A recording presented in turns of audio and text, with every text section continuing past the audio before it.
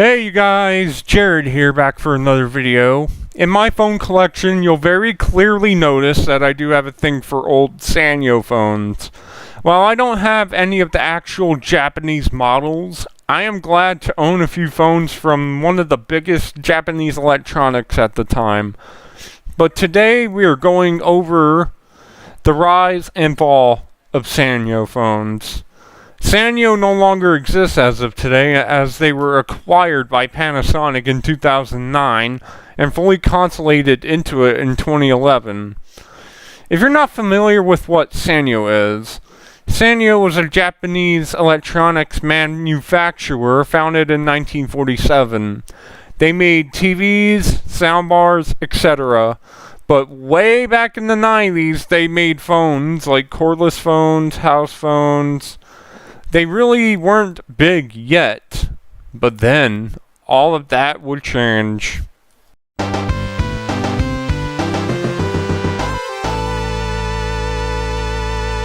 The first thing we're going to talk about in the rise of Sanyo phones is that it had an early access in the CDMA market, and they were pretty popular for that back in the day. Sanyo phones were only available through Sprint in the United States. Sprint was a major U.S. carrier at the time, and they focused on CDMA markets. Sanyo's partnership with Sprint helped establish their brand with some of the most iconic phones, offering users a unique and exclusive experience. You wouldn't be able to find a Sanyo phone on Verizon, AT&T, or any other of the carriers here in the U.S. This brand of phones was a Sprint exclusive, but they did have a deal with Telus and Bell back in the day as well.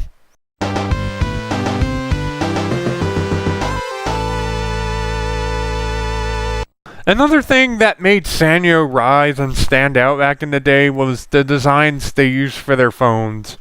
I gotta admit, I really do like the designs for these old Sanyo phones. They knew exactly what they were doing back in the day when they were still in the cell phone industry game. The SCP-4500 still looks great, 25 years later. The rare SCP-5150 still pops, even all these years later.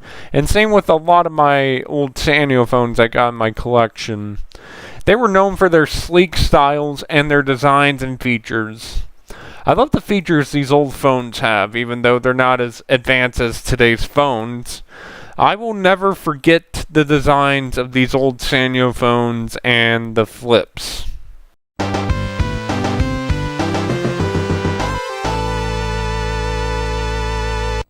And the last and final thing that made Sanyo rise in the mobile industry was that they were a Sprint exclusive.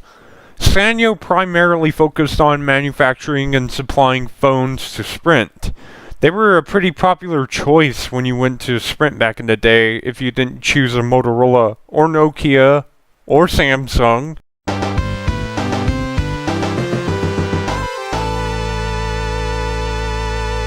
The first thing that indicated the downfall to this Japanese phone company was it really began to struggle keeping up with the competitors Samsung and Motorola.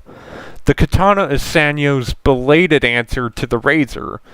The design I really dig, but the features felt like every other Sanyo phone being made at the time. Even with the later models of the Katana, just felt bland compared to the Razrs and Samsungs.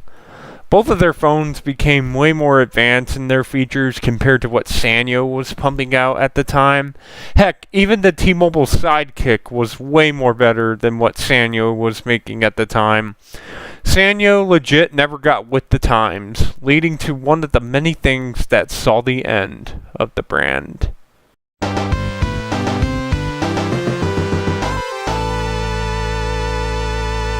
If keeping up with the technology wasn't enough, they focused on the low-end part of the market, and it really did a lot of damage to the company more than it did good.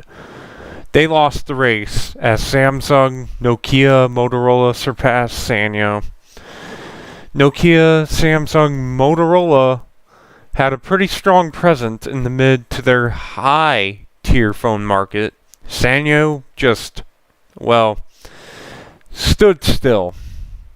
They pretty much dug their own grave instead of getting up with their competitors.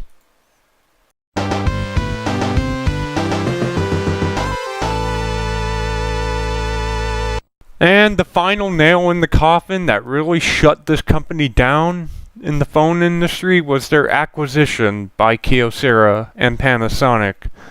Sanyo really struggled in their phone operations, and they sold to Kyocera in 2008.